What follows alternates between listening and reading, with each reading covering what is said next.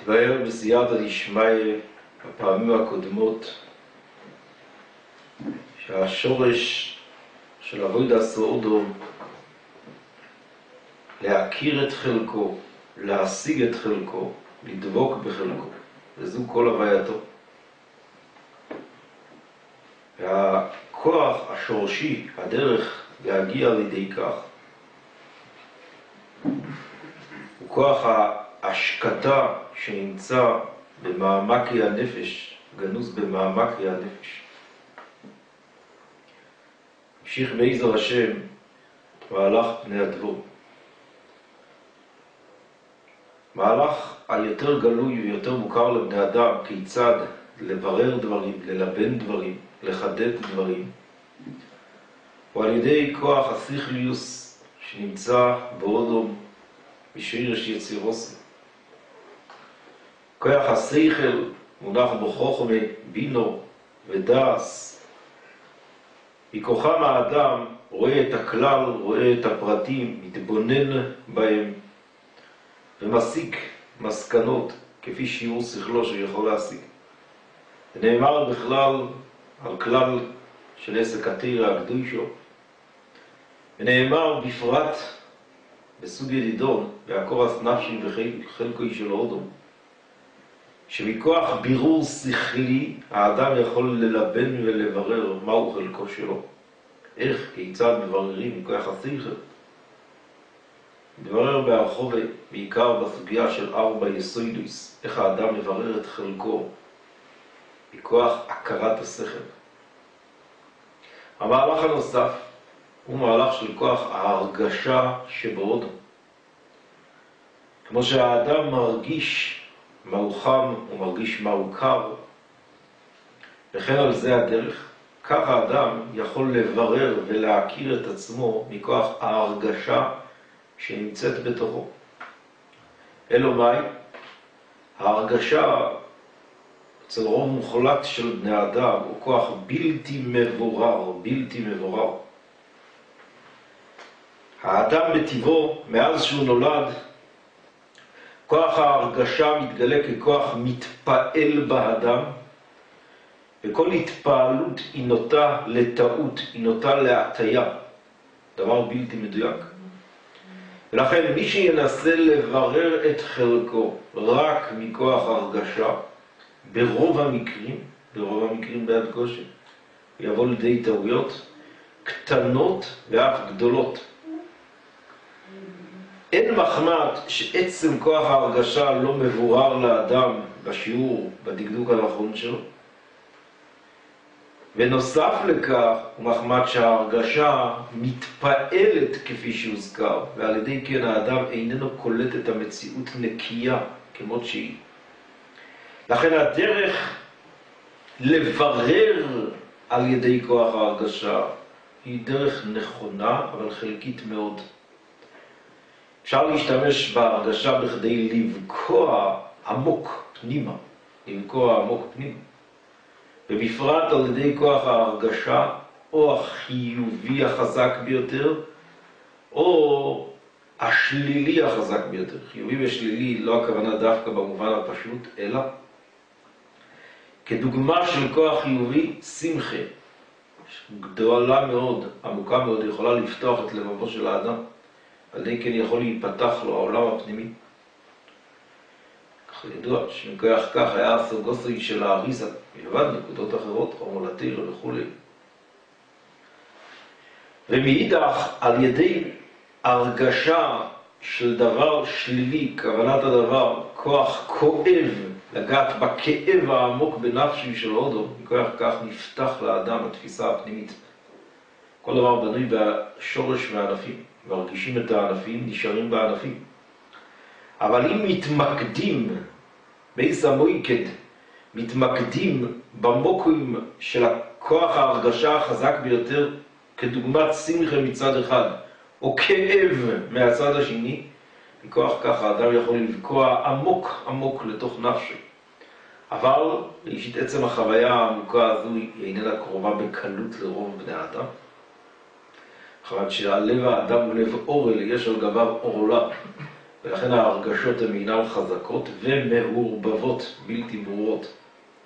מכל מקום, אפילו אם האדם בוקע על ידי הקצוות האלה של ההרגשה, הוא בוקע למקום הפנימי בנפשו, עדיין ייתכן שאין לו בירור עמוק בתוך ההרגשה. הוא מצליח לבקוע למקום העמוק ביותר בנפשי של האודו, אבל זה לא הופך להיות מבורר בהכרח, מחמת שעדיין הוא נשאר בתפיסת ההרגשה, וההרגשה רשויים קיים נגרוש אשקט לא יוכל, נגרוש, נרגש, נגרש, אשקט לא יוכל. אין ברור מחמת חוסר ההשקטה שנמצא בתפיסת ההרגשה. ככל שהאדם מתעדן יותר ומזכר את הרגשותיו, גם ההרגשות נעשות עדינות יותר ודקות יותר. על ידי כן מתקרב יותר ויותר עמוק בתוך מקום פנימיוס הנפש, ויכול להכיר את חלקו יותר בבירור, אם כי לא בבירור שלם מכוח מציאות ההרגוש לעצמו. זו תפיסה חלקית. הדרך השלישית, שהיא עיקר סוגיוסינו אשתה, כפי שהוזכר, הכרת חלקו שלו, שהכלי לכך הוא מציאות של השקטה. מסביר. ישנם כמה סיבות שורשיות מדוע בני אדם אינם מכירים את המציאות כמות שהיא, את המציאות הכללית של כלל הבריאה כולו, את המציאות הפרטית של הנפש שלהם. סיבה פשוטה ראשונה היא מחמת קטנוס המויכין, צמצום המויכין. כל אדם ואדם יש לו את חלקו שלו במויכין, שאין לו השגותיו. וכאשר הוא מתבונן בכל דבר, אז הוא משיג את הדברים לפי ערכו שלו, לפי שכלו שלו. ומחמת אם כן צמצום המויכין של האודו, קטנוס המויכין של האודו, אז השגתו היא חלקית מאוד, מחמת המציאות של קטנוס. סיבה שנייה שורשית מאוד. כי השויכה דיעבר איני חכמים ויסל את דברי צדיקים, האדם לא משיג את הדברים בבירור, מחמת שיש לו כוח חיצוני שמטה אותו, שויכה. לאו רק השויכה בפועל ממש, אלא נטיית הרצון לצד אחד, היא עומק השויכה. ועל ידי כן, הוא איננו מכיר את המציאות כמות שהיא. זו סיבה עצומה ונוראית מדוע בני אדם, ברובם המוחלט, לא קולטים את המציאות בבהירותה כפי שהיא, בלבד הסיבה האקונומית שהוזכר, לפי גדלוס וקטנוס המויכין של הודו. הסיבה השלישית, שהיא סוגייתנו, דוגמה שורשית, רשויים קיים ניגרוש, אשקט לא יוכל. המים לעצמם שנמצאים ביער על דרך כלל הם מים צלולים, מים צלולים. אלא שכאשר יש גלי הים, רשויים קיים ניגרוש, גלי הים גועשים ורועשים, על ידי כן נעשה קצף, והמים נעשים בלתי זקים שאפשר לראות אותם ולראות את מה שנמצא בתוכם. זוהי סיבה שורשית מאוד, מדוע קשה לרוב בני אדם, לרוב המוחלט של בני אדם, לקלוט, להכיר את המציאות כמות שהיא. האוילום שבו אנחנו נמצאים, אוילום מעשי, אוילום דידון, הוא קיים ניגרוש, אשקט לא יוכל. המציאות רועשת וגועשת, קוצפת. חדושים לבקורים, כל הזמן מתחדשים מציאויות, כל הזמן יש תנועה מהירה, תנועה ערה, תנועה פועלת, באופן חזק מאוד, ניגרוש, קיים ניגרוש. כמו שיש את המים של הים, ויש את הגלים שיוצרים את ההסתרה שלא רואים את מימי הים בצלילותם, כך גם התנועה החזקה שנמצאת בבריאה כסדר, יום יום, שור שור ממש, תף תף ריש בי חלוקים של שור, גורמת לידי כך שנפש האדם קשה לה לקלוט את המציאות כפי שהיא נקלטת. זה מי שחי, חיי אמת. וזו אם כן סיבה שורשית מאוד שבני האדם לא תופסים את המציאות שקיימת בעולם בכלל. ויצר על כן בפרט לא קולטים את נפשם שלהם. נפשם שלהם עצמם איננה נקלטת בבהירות, מחמת עומק הרעש שנמצא בתוכם. נחזור ונדגיש, יש את הרעש שנמצא בעולם, על ידי כן יותר קשה לקלוט את העולם. ויש את הרעש הנמצא בתוך האדם עצמו, רעש של מחשבות, רעש של הרגשות, רעש של רצונות של נפשי של הודו, ועל ידי כן שהאדם נמצא במצב של רעש, הוא איננו יכול לקלוט את המציאות כמות שהיא.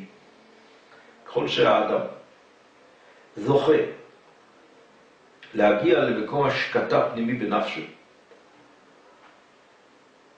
הוא יכול לצפות ולראות, צויפה או איסי, הוא יכול לצפות ולראות את המציאות כמות שהיא. בלשון של ימינו משתמשים במושג שנקרא חוויה. חוויה. זה מוקר ברור בלושן הקודש, יש לזה שורש בלושן הקודש, אבל במובן קצת שונה ומשמעותי מאוד. האדם הולכים למקום מסוים והם נהנים, הם מגדירים את זה כחוויה, כדומה לזה. אבל חוויה בלושן הקודש, שורש של לשון הרמיס, כן, שורש של בלושן הקודש, הלושן של הדבר, מלושן חובי, טוב ואח ולוך. אח והיא באצבוי, וכן על זה הדרך כסדר בש"ס. אבל לחוות מציאות בלשון הקודש, בלשון הרמיס שקוראים לו ללושן הקודש, עכשיו זה גלוי יותר, זה לראות את המציאות. זה נקרא חוויה בשורש לשון הקודש. מה שנתפס היום חוויה כמציאות של הרגשה, זה נפילה, לא זו שורש תפיסת החוויה. החוויה בעומקה היא לראות את המציאות כמות שהיא. מכוח ראיית המציאות כמות שהיא, האדם בעצם תופס מציאות שונה לחלוטין ממה שרואים רוב אנשי אוילו. רוב אנשי אוילו. כשהאדם מגיע למקום ההשקטה, הוא יוצא מהראשון קיים ניגוש, אשקט לא יוכל. יש לו כוח חדש לקלוט את המציאות. האדם שקולטים את המציאות החיצונית, כי עוד הוא מאיר לו עיניים, הוא רואה את המציאות, מכוח מה שהוא רואה לעיניים. אבל מה הוא רואה לעיניים? את החיצייניס, זה מה שהעין רואה. אבל קליטה של תפיסה פנימית, איך האדם מנסה לתפוס, כמו שהוזכר קודם, או מכוח בירור שכלי, או מכוח תפיסה של הרגשה. אפשר לראות את ההרגשה, אפשר לראות את ההשכלה. אדם משכיל דבר, מרגיש דבר. חיצוניות ניתן לראות, כי עוד אומר לו עיניים. אבל כי השם יראה ללבוב, כמו שכבר הזכירו רבי ישראל, כי השם יראה ללבוב, אין הכוונה רק כפשוט שהוא יסבור שמו רואה, בני אדם לא יכולים לראות. אלא כל מי שיש לו גילוי אלוהיקוס בנפש, גילוי אלוהיקוס בנפש, אז נאמר בו שיש בו והווי, צור לבובי וחלקי הווי אלוהי לו, אז עיר אל הלב, הוא יכול לראות תפיסה פנימית. כמובן, יש מדרגות לפנים מדרגות, גבוה מעל גבוה שילמר, בגילוי אלוהיקוס מאוד. אבל השער לגילוי אלוהיקוס הוא ההשקטה. לא ברעש השם, לא ברוח השם.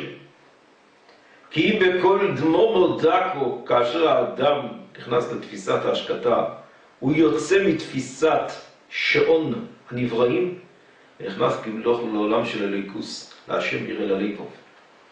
שם נפתח שער חדש, מדגישים, שער חדש, שהאדם קולט את המציאות. מה שבני האדם קולטים מציאות חיצונית כמו שהוזכר בראי, שמיע וכו', וקולטים מציאות פנימית יותר, מכוח שכל ומכוח הרגשה, יש עוד כוח פנימי לקלוט מציאות פנימית. המילה עוד היא ביחס לקודמים, אבל היא העיקרית. הכוח האמיתי, הפנימי, לקלוט מציאות פנימית, היא צויפה או איסי. האדם רואה. העיניים לא רואים, על השם יראה ללבוב. כוח ראי שקולט את מה שנמצא בפנים יותר. האדם יוצא מההשקטה ונכנס לשעון העולם, זה יכול לראות ולצפות, רק חיצייניס. אדם נכנס פנימה למקום ההשקטה, ולכל דמו דקו בנפשי, הוא נכנס לעולם ששם אפשר לקלוט את המציאות. קליטה של טוב ואח ולוך. הוא חווה את המציאות מכוח ראייה שחווה את המציאות, קולטת, רואה את המציאות. בזמן התפיסה הזו נקראת שבס. נאסרנו בלמתס מלוכויס, כלומר נאסרנו ביסוד כוחות הפעולה, שובס באינופש, שביתה. שביתה היא ההשקטה של כוח הפועל בנפשי שלנו. בזמן זה שבס, בנפש זה הערה של נשום. הערה של נשום, הנשום נמצאת מצד טבעה, מצד מהותה,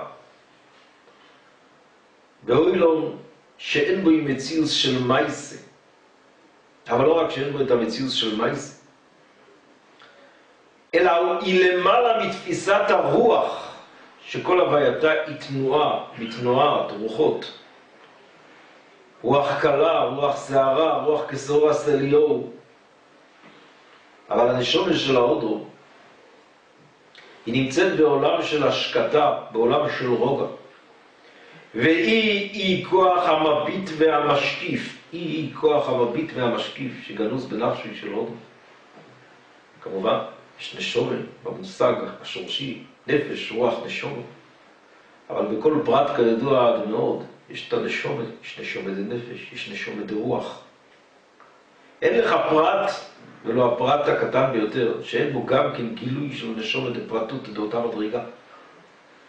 ומדברים כרגע על המדרגות היותר עליונות של הנשומת הכוללת, שלפי חלק מרביסינו זה אור שלו אילומבה.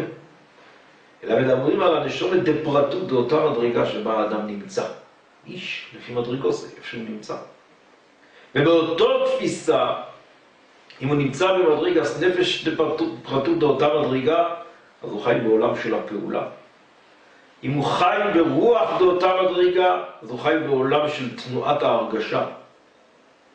ואם הוא חי במדרגת נשומת דפרטות באותה מדרגה, הוא נמצא במקום של השקטה, של רוגע, שובס ואינופש, מנוחם, תלמיד חוכם יקרי שבס.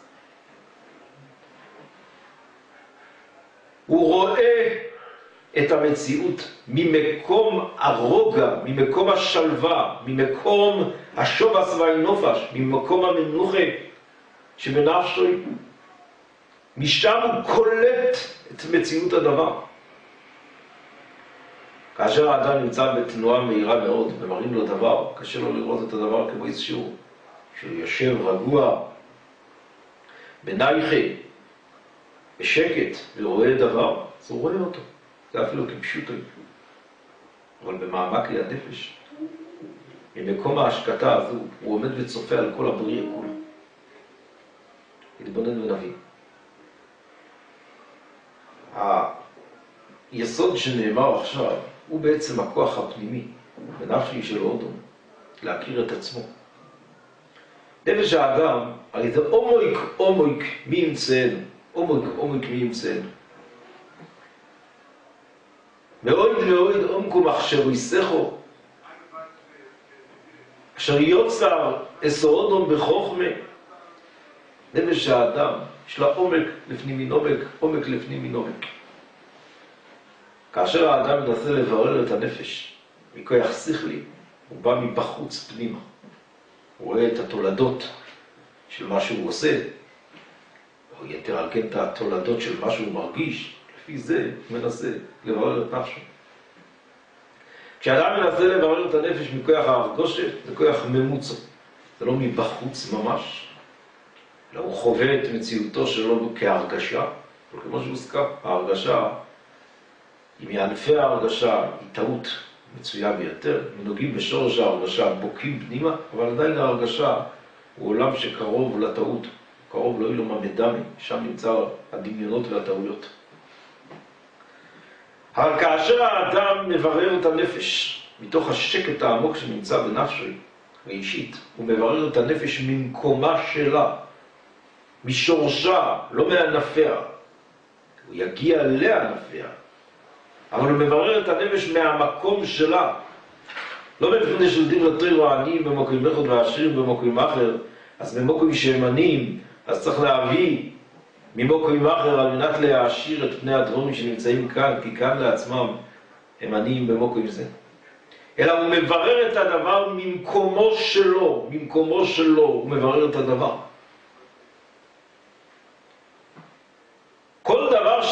להשתמש בכוח חיצוני לאותו דבר על מנת להכיר את אותו דבר. זה ברור שההכרה היא פחותה יותר, מועטת יותר, חלקית. אבל כשמשתמשים בכוח עצמו ששייך לדבר עצמו, להכיר את הדבר, זה ברור שיש כאן שימוש מיני ובי בדבר שהוא חלקו של הכרת המציאות. ברור שהוא יכיר את הדבר בצורה הרבה יותר בהירה, ברור ופשוט. הכוח האמיתי להכיר את הנפש מיני ובי והדגושה, היא ממקום השקט שהאדם צופה, שהאדם רואה, לא מחשבן, לא מוכיח, לא מקיש, לא מחלק, לא מדמה, לא חווה, מדגישים, במובן של ההרגשה, אלא הוא צופה ורואה את המציאות. זה נכון שעל דרך כלל מצוי אצל בני האדם השתמשות בצורות אחרות ממה שהזכרשתי, ולכן קשה התחילה להבין את הדברים, ולאחר מכן ליישם אותם. אבל יש את הכוח הפנימי שממנו האדם תופס את המציאות. בפנימיותו שלו הוא קולט את המציאות של עצמו.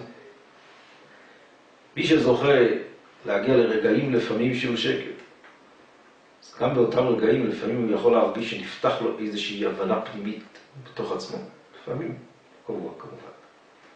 אבל מי שחי חיי שקט, עולם כידוע בנוי בתדרים, הוא חי בתדר יותר שקט בנפשי, שם יש לו קליטה של המציאות כסדר. זה לא כמו מראה הבזק, הבזקות, שמגיעים ומסתלקים. אלא הוא מביט ורואה את המציאות. המקום של השקט שבו הוא נמצא, הוא קולט את המציאות. הדגישים. הוא לא מרגיש בלבד, זה החיצייניאס. אלא הוא קולט את המציאות.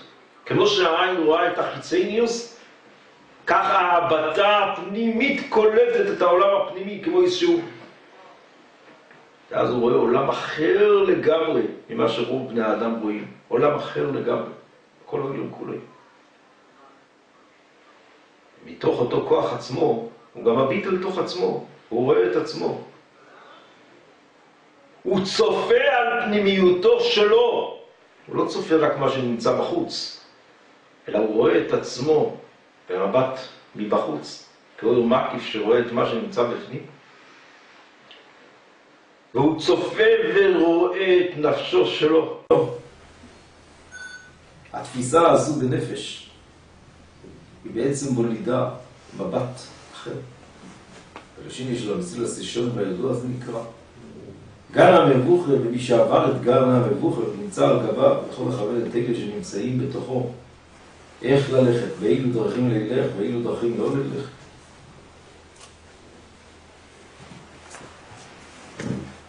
ואין כך, כאשר האדם מגיע למקום השקט בנפשו, אז הוא רואה את הדברים מבחוץ. זה מעין מי שנמצא מעל גן המבוכר. קרוב, לאותו דבר ממש. תפיסה שהוזכרה אשתי, היא בעצם היסוד של הדברים שאנחנו דורכים בו כאן במהלך הזה. לאוילום צריך לדעת שאין כוח אחד בלבד שמשתמשים איתו. אלא גם מי שדורך בדרך של תפיסת ההשקטה, ומכוח כך קולט את המציאות ורואה את המציאות, עדיין הוא צריך להשתמש גם עם הכוחות הנוספים. עם כוח הבירור השכלי, עם כוח ההרגשה גם כן. אבל היחסיות של כמה הוא משתמש עם השכל, וכמה הוא משתמש עם ההרגשה, מקבלת יחס שונה. כמה מזה, כמה מזה וכמה מזה. בישראל כן. כל זמן שהוא לא משתמש בעיקר עם כוח ההשקטה לצפות ולראות את המציאות, אז ההרגשה קרובה מאוד לטעות. ובירור השכלי זה מים שאין להם סויף. מים שאין להם סויף. עוד פרט ועוד פרט ועוד פרט. ולחבר חלקים ולדמות ולחלק ולצרף. איפה זה שייך, איפה זה שייך. אבל כשיש כוח עליון שמביט ורואה את המציאות, זה ההגדרת סויף יאויסי למרוחק. הוא יכול לראות דברים הרבה בבסחס. הוא רואה כלליות של דברים, הוא קולט דברים. בלי יחס של זמן שנצרך למלאכת הבירור, והוא בא בעיקר מכוח מציאות שכלית. אז שייקח לאדם שמברר ממציאות שכלית זמנים טובה, מי שרואה את הדבר, צופה את הדבר. הוא עושה את הדבר בכהרף עין, כהרף עין דייקה, כן? רפרוף אחד, והוא רואה את המציאות, הוא קולט אותה, באותו מקום. זו דרך שיקצורו, שיערוקו. תגישים, יקצורו, שיערוקו. יקצורו, כמו שנזכר עכשיו, שכשנמצאים בתוכה, אז עוברים תהליכים שלוקח לבני אדם לעבור זמנים טובה, אפשר לעבור אותם במהירות גבוהה מאוד. אבל יערוקו, כי לרוב בני אדם יש את הקושי להגיע למקום השקט הזה. הקושי הוא כי בני אדם מטבע לידתם נולדו בתוך מציאות העולם. נראה להם שזה החיים הנורמליים, בגרשיים גדולים. זה הנורמל, ומי שקצת חורג בזה הוא המשון. לא ויראי, כל המשכן יודע על התחתוי. וכך חיים את החיים, תרודים במה שתרודים. כל העולם מלא תרדות.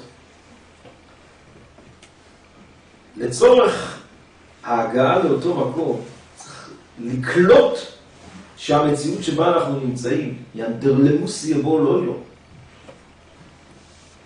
ימייס אוי לא היה עולם כל כך רועש, כל כך גועש, כל כך חסר שקט מוחלט. כמו היה תקופות של מלחמות. אבל כסדר היום יום של החיים, שהכל כל כך זועק, צועק, השקט לא יוכל, בעולם לא היה כזה מציאות. זה אומר אחד מהפנים של הירידות של דור בשמאל.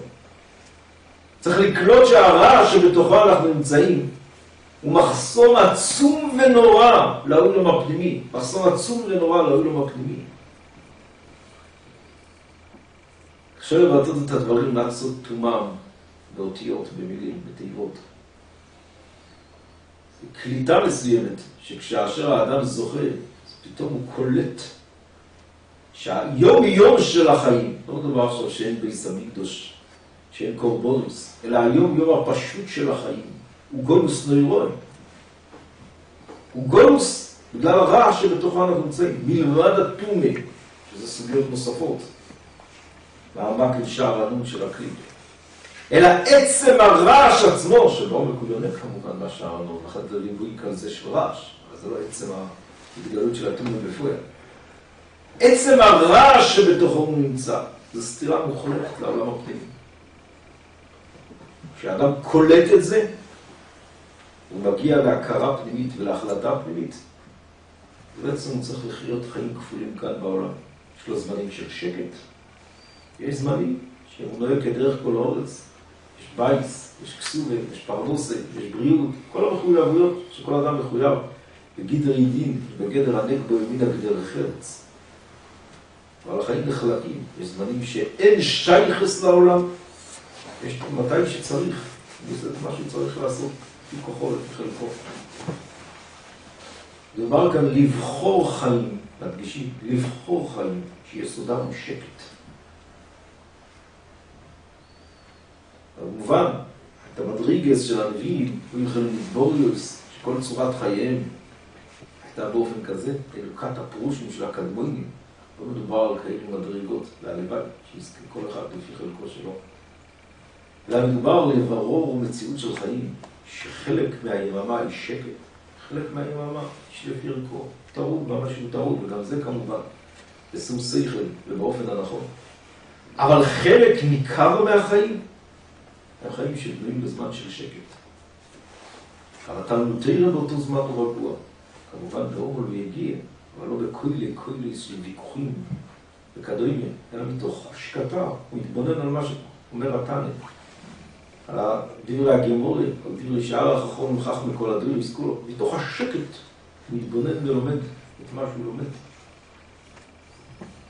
נחזור אם כן ונדגיש, לא מדובר על דרך כעצות מה לעשות בלבד, אלא כבחירת חיים של מציאות של שקט. כשאדם בוחר באמת בחיים האלה, הוא מוכן לוותר על הרבה מאוד דברים. העולם מטריד, וכל צורכי העולמה יוצרים הטרדה רבה. כמובן צריך לעשות שכל על מה לוותר, על מה לא לוותר, מה צורכו, מה לא צורכו באמת. אבל הוא מוכן לוותר על הרבה דברים שיוצרים מציאות של רע. לאט לאט הוא קונה תכונה של חיים שהיא בנויה בתפיסה של השקטה. זה המבנה של החיים, זה בנוי. כמו שלדוגמה בארמיה, אנשים מבוגרים, קשה להם רעש, מפריע להם, הילד דופק מלמעלה, זה כבר מסיר את שלוותם. זה יכול להיות צעיר לימים, אבל דס, כאילו יש בו תפיסה של שקט. זה הטבע של החיים. מתוך התפיסה הזו, נמשיך בעזר השם לדבר את המשך הדברים שנדבר. אבל נצטרך לעבור את הקריאס ים סוף הזה. לעבור את הרשוי גלו שיש, את הקיים ניגוש, אשקט לא יוכל לבחור חיים שבנויים על רוגע, על שלווה יותר. אין רוגע בעולם, זה ברור לכל בר דעת, אבל יש חיים יותר קרובים לרוגע, יש חיים שרחוקים ממציאות הרוגע. כשאדם בוחר את אותו מקום, ולאט לאט, לא רק בחיצוניות, אלא בנפש נשקט, כי החיבור שלו לעולם הולך ונרגע, הוא נעשה שקט יותר. לאט לאט עיקרו קבוע במקום השקט, ומיותו יוצא כפי הצליח למקום הרעש וחוזר חלילה. במקום הזה, יושב בשקט, צופה, מביט על המציאות. אוי לום בורו ואויסי. ראייה שהרב דיבר על זה בחינס חי או בחינס נשמה? שאלה יסודית מאוד, נזכיר בקצרה. המבנה הפשוט של דיבר רבי יסק, שהנפש נמצאת בכבד הרוח בלב, הנשום ובמוח, והחיים היחידים מקיפים לאדם, וזה הגדור עשה מקיפים. הגדרה שנייה, שהיא נמצאת בדברי הנפש החיים כידוע, שאף הנשום בעיקרה נמצאת למעלה, ורק זוהרים ניצוצי הנשום נכנסים בתוך מוח עוד. אז תשובה לסתירה היסודית הזו בדיבור רבי יסק. כאן בעצם מה ששאלתם, זה מדרגס חי או מדרגס נשום. אם רק חי ויחיד הם מקיפים. מדובר על חי ולמעלה. אם גם הנשום נמצאת בחוץ, רק זוהרים ניצוצי הנשום נכנסים בתוך המוח, אז זה גם מדרגס נשום. ההגדרה הכללית היא כך, שמצד פרטות כל אדם על הנפש רוח נשום מתלבשים והחי ויחידו מקיפים, מצד מדרגת העולם שהיא אישית או בשנים, אז יש גילוי רק של נפש ורוח, כמו שריכוב הלשם, כמה נקויים מספר ארוך וכדי לו. וכללות מדרגת הנשמה היא מקיפה כאן בעולם. פרטות כל נשמה זה נמצאת בתוך המוח. כללות מדרגת הנשמה ביחס לעולם שבו אנחנו נמצאים היא מדרגה של מקיף. זו ההגדרה בקצרה ממש תשובה לעשות. השאלה אם זה מדרגס חי או מדרגס נשום. ואם הנשום היא מקיף, אז היא בחינס ראייה? אז מה? אז היא בבחינס ראייה? כל דבר שמקיף את הדבר, אז הוא מביט על הדבר. כמובן שיש הבדל בין מקיף דנשום למקיף חי. מקיף דנשום זה עדיין מקיף של הרכבה, רק הוא מתבונן באופן של הרכבה, ומקיף דחי הוא הבטה פשוטה. שתי צורות של הבטה גוף, איך האדם מביט על המציאות. שניהם מקיפים בערך הזה, נשום, הבטה מורכבת יותר.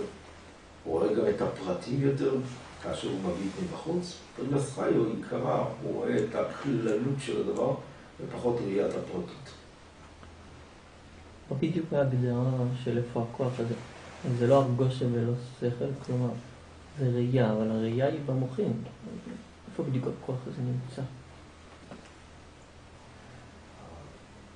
התפיסה של ראייה בחיצוני הזה זה מתגלה בעיניים. זו ראייה שיצאה מהמוחים ומתפשטת במקום העיניים, ואז האדם רואה את מה שהוא רואה בעיניים, כי עוד לא רואה בעיניים.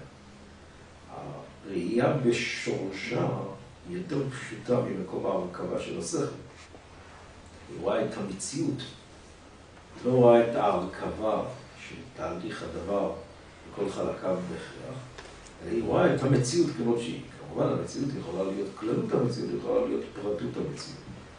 אבל הגדול של המציאות, הראייה שבנפשי של הודו, אז היא קולטת מציאות. זה כל תפיסת הראייה. החיצוני הזה קולטת מציאות חיצונית של שולחן וכיסא וכן לדרך, ואת חיצוניות השולחן ואת חיצוניות הכיסא. אבל הראייה בעצם היא כוח בנפשי של הודו שקולט, תופס מציאות. אדם שומע דבר, הוא לא תופס שזו המציאות, הוא שומע את הדבר. אדם רואה דבר, הוא תופס שהוא קולט את המציאות של הדבר. כוח הראייה כמובן ששורשו בהתפשטות המוניחים כמו שהזכרתם, אבל הפרטות של מציאות הראייה הוא כוח לקלוט את הדבר כמציאות. מי שנמצא במדרגת חוכמה, אז הוא גם רואה את החוכמה כמציאות. שזה השריר של הראייה בחוכמה. אבל התפיסה של הראייה כראייה היא קליטת מציאות. מה אומרים? דרך כלל זה קליטת מציאות חיצונית, וחיצוניות של אותה מציאות שהוא רואה. הפנימיות, קליטת מציאות, כוח הראייה. כשהוא מסתכל על נפשו, על איזה חלקים, כלומר, מה הוא רואה, וכשהוא מסתכל על העולם, מה הוא רואה. כלומר, בחלק של העולם, הוא מסתכל על החוכמה שלו, שהוא תופס את המציאות של העולם, כלפי העולם. כיוון שכוח הראייה הזה בוודאי שעכשיו במויכים כמו שהזכר, אז הוא לא רואה את החיצוניות של הדבר, אלא הוא רואה את החוכמה שגנוז בכל דבר. הוא לא רואה את תלמידים חוכמה כמו שנתפס לבני האדם חוכמה. שרואים שולחן, וכולם בחוכמה עושים, השולחן נעשה על ידי חוכמה. הוא רואה את החוכמה שהיא המציאות של הדבר, והוא קולט את זה שזו המציאות עצמה. זה לא שיש חוכמה, ומכוח החוכמה נעשה הדבר. אלא החוכמה היא עצם התראות הדבר, היא החוכמה בהתגלמותה. בגלל כולם בחוכמה עושיסו, זה גופי העשייה. כלומר, המציאות שהוא רואה בכל דבר, הוא רואה את פנימיות החוכמה, לא שגנוזה בדבר, מדגישים, לא שגנוזה בדבר, אלא שזו המציאות, קולט כך את המציאות. הוא רואה את המציאות של הדבר מהחוכמה שבו, עד נקודת העשייה שבו, שכולה כמקשה האחס שנראית כמציאות, וכך הוא קולט את מציאות הדבר, בכל הקומה של ההשתלשלוס. מדגישים, אבל הכל זה מציאות. מהחוכמה זה מתחיל, עד שמגיע לתפיסת העשייה, הוא גם רואה בעיניים את מה שרואה בעיניים כפשוט בגשמיס, והוא רואה את מה שנמצא בפנימיותו, כפי שהוא בפנימיותו. הוא רואה את הכל כתפיסה, את הכל כתפיסה. הכל זה תפיסת מציאות מכוח הראייה. הראייה תופסת את המציאות, אז הוא תמיד רואה מציאות. כל החלקים כולם הוא רואה אותם כמציאות, מדגישים כמציאות. והשקות להגדרתה שפשוט הוא תמיד משתמש עם כוח הראייה, פשוט הוא תמיד נכנס עוד פנימה ועוד פנימה ועוד פנימה, ואז הוא רואה יותר טוב. כמו שגשמיס, ככל שהאדם נמצא יותר גבוה, אז הוא רואה יותר ורחוק. יכול לקבל את ההיקף היותר שלם של הדבר. אז ככל שהאדם נכנס פנימה, עולה למעלה, בדיוק כרגע לחלוקה הדקה של הדברים, אז ממילא הוא תופס את הדבר ביותר בהירות.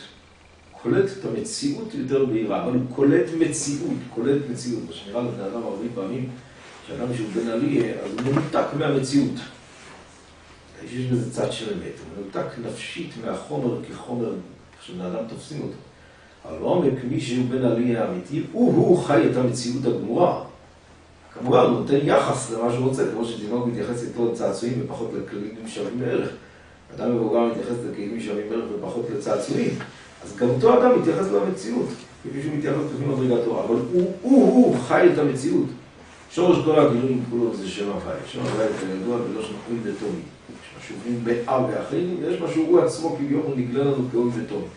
כלומר, אוי וטומי זה עצם המציאות. יש מוצוי, כל תפיסתנו מתחילה יש מוצוי, כן? תתקים וליקריא. אז מי שכל התפיסה שלו היא מתחילה מיש מוצוי, אז כולו מתחיל לתפוס תפיסת מציאות. אז איך ייתכן שהוא לא תופס מציאות? יש כאן הבנה בהירה מאוד מאוד מאוד, שנראה לבני אדם, שלאדם בן עליה אז הוא מנותק מהמציאות. אם הוא באמת מנותק מהמציאות, הוא גם מנותק מהאינסוף ברוך הוא. הוא מנותק מהמוצוי. התפיסה הפנימית של החיים היא לחיות מציאות. אדם לחיות מציאות, אז הוא חי את העולם הזה. כמו שאדם יש לו גוף, וכל עסקו יהיה בציפורן שברגל. יש כאן יקף שלם. יש לו גם ציפורן שברגל שצריך לטפל בה, לפי מה שצריך. קוצץ את ציפורנים מלכבות שבס, לכן על זה הדרך, רפואית, לכן על זה הדרך. אבל התפיסה היא תפיסה של מציאות, חוזרים ומדגישים, זה כל עומק מציאות הבריאה כולה, לתפוס מציאות. מהמוצוי האמיתי, יש מוצוי ממציא, כלומר, כל התפיסה היא תפיסה של מציאות. שרש כל המציאות כביכול, הוא יסבור שמוי מוצוי, ממציא כל הממצוי, אז כל עסקנו במוצוי הממציא. ובנמצוי שנמצאו מהמיטת תימצוא. והיחס הזה, זה נקרא מבט של ראייה. כי כוח השכל לעצמו תופס את זה כשכלוס. כוח הראייה של השכל תופס את הדבר כמציאות. הוא תופס את כל הקומה כולה כמציאות. חוזרים ומדגישים את כל הקומה כולה תופס כמציאות.